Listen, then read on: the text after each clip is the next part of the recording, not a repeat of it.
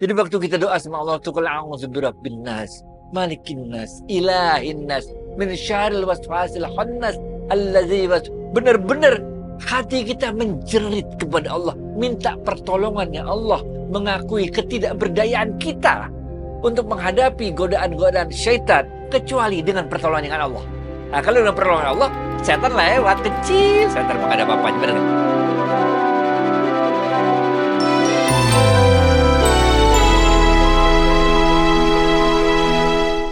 Assalamualaikum warahmatullahi wabarakatuh, sahabat Smart Skill School. Semoga kita semua selalu dalam lindungan Allah Subhanahu wa Ta'ala. Amin.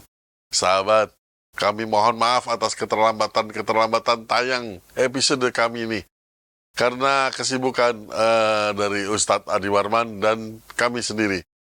Namun kami tetap berusaha semaksimal mungkin untuk tetap tayang di Smart Skill School channel ini. Mari kita langsung saja sambut Ustadz kita, Ustadz Adi Warman Azwar Karim. Ustadz, Assalamualaikum, apa kabar? Waalaikumsalam warahmatullahi wabarakatuh. Sehat, berkah, bahagia ya Allah. Amin. Amin, Alhamdulillah. Ustadz, sahabat kita ini merasa risau di tahun 2025 ini karena pajak naik, pendapatan makin sulit, pekerjaan juga sulit, dan banyak hal-hal lain yang memang sebenarnya sebagian besar kita memang resah, Ustadz. Nah, bagaimana cara supaya hati tenang? Apakah ada kiat-kiat tertentu yang harus dilakukan, Ustadz? Yang harus kita lakukan, kembali kepada ilmu dasar kita. Pertama, ikhtiar. Sebaik-baiknya ikhtiar. Yang kedua, kita selalu berdoa kepada Allah. Dan yang ketiga, ini paling penting, kita harus prasangka baik kepada Allah. Riwayat Imam Bukhari dan riwayat Imam Muslim, janganlah berprasangka buruk. Karena prasangka buruk adalah seburuk-buruknya dusta. Ini jangan. Dalam kitab ini tulisan dari Ibnu Qayyim Al-Jauziyah dalam kitab beliau yang berjudul Ad-Da'u wad-Dawa. Bahkan Ibnu Qayyim Al-Jauziyah mengatakan, kalau kita prasangka buruknya itu kepada Allah, wah ini lebih dahsyat lagi. Tadi hadisnya berlaku umum, jangan prasangka buruk karena prasangka buruk adalah seburuk-buruknya dusta.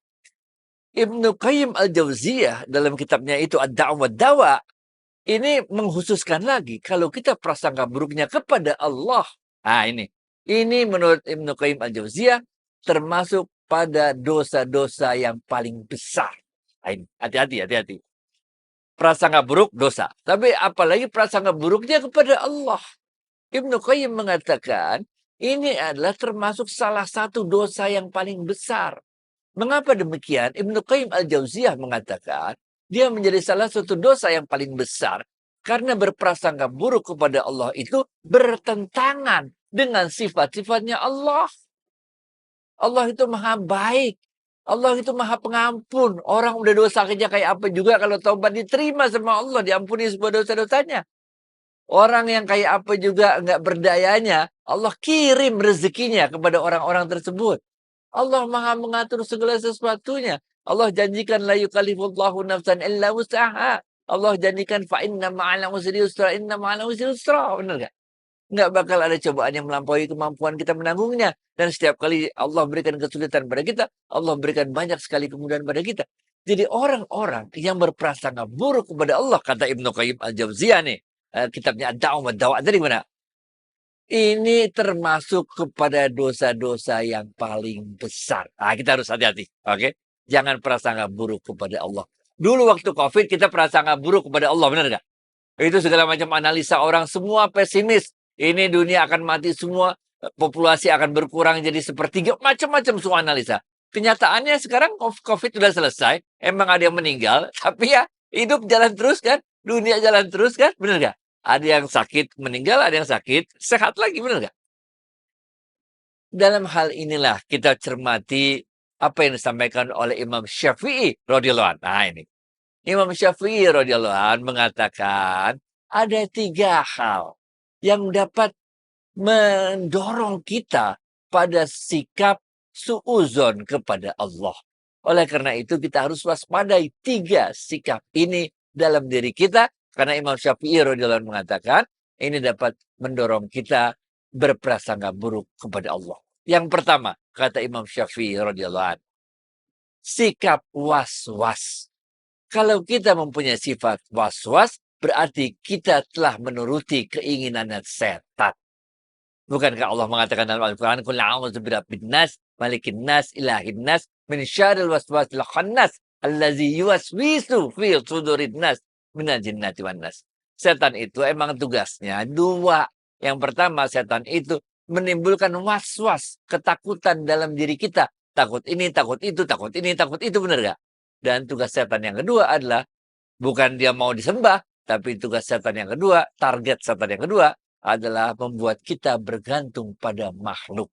Oleh karena itu, Imam Syafi'i radhiyallahu anhu mengatakan, nomor satu, jauhi sikap perasaan was-was. Karena ini adalah bisikan setan ke dalam diri kita. Yang kedua, menurut Imam Syafi'i radhiyallahu anhu, supaya kita bisa menjauhi diri dari prasangka buruk kepada Allah. Yang kedua ini, jangan selalu takut, khawatir akan musibah yang akan menimpa diri kita. Khawatir aja terus. Khawatir nanti sakit jantung. Khawatir kalau anak in the cost nanti bagaimana anak kita. Semua khawatir. Nggak ada rasa aman dalam diri kita, semua khawatir. Istri nggak boleh keluar rumah karena takut nanti selingkuh. Benar nggak? Anak musibah, semua khawatir. Apa-apa khawatir. Ini jangan. Imam Syafi'i adalah mengatakan, jangan terus-menerus takut akan musibah yang akan menimpa diri kita. Karena ma'asoba bin musibatin illa bisnillah. Tidak ada satupun musibah yang akan menimpa diri kita kecuali dengan izinnya Allah. Kita harus kembali kepada keyakinan iman kita bahwa segala sesuatunya ini telah diatur oleh Allah. Telah tertulis di Lauhul Mahfuz. Kapan kita akan tertimpa musibah? Pasti kita akan tertimpa musibah. Kapan kita akan dilepaskan dari kesulitan? Pasti akan dilepaskan dari kesulitan oleh Allah. Allah yang ngatur semuanya. Mengapa demikian? Karena Allah sedang menguji kita. Apakah ketika kita ditimpa musibah, kita bisa bersabar atas musibah tersebut. Allah lagi menguji kita. Ketika kita diberikan kelapangan, kita bisa bersyukur atas kelapangan tersebut.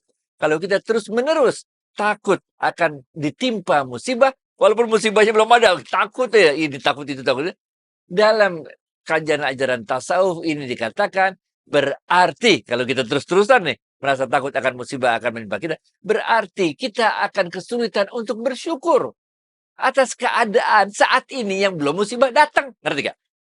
Saat ini musibah belum datang, tapi kita ketakutan aja akan musibah yang menimpa diri kita. Lah, ini menyebabkan kita tidak dapat mensyukuri keadaan, keamanan, rasa damai, rasa aman, rasa tenang sekarang. Kita mikir aja takut terus akan musibah yang akan datang. Mau nikah takut nanti diselingkuhin istri, diselingkuhin suami, benar gak? Mau kerja takut nanti di kantor office politicking. Mau ini takut nanti korupsi. Semua takut. Jangan.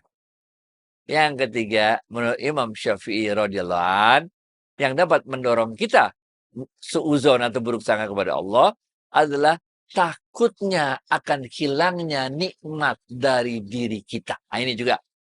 Jadi kita suuzon.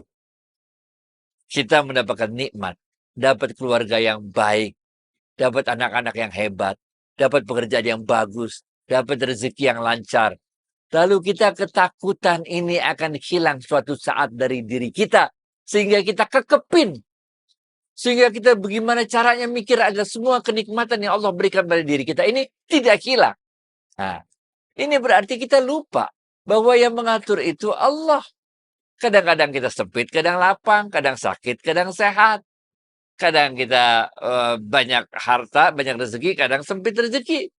Seakan-akan kita lupa bahwa hidup itu berjalan dengan dinamikanya. Kadang kaya, kadang miskin, dan seterusnya. Benar gak? Nah, itu sebabnya Rasulullah SAW mengatakan, manfaatkanlah 5 hal sebelum datang 5 hal. Ya kan?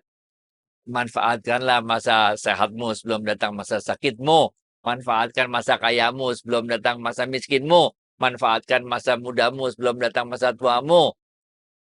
Manfaatkan masa lapangmu sebelum datang masa sempitmu. Manfaatkan masa hidupmu sebelum datang masa matimu. Nah, emang hidup kayak begitu. Tapi ketika kita lagi diberikan kenikmatan sama Allah, manfaatkan sebaik-baiknya. Kita tahu suatu saat kita akan mengalami hal yang kesulitan di sana dan sini, benar nggak?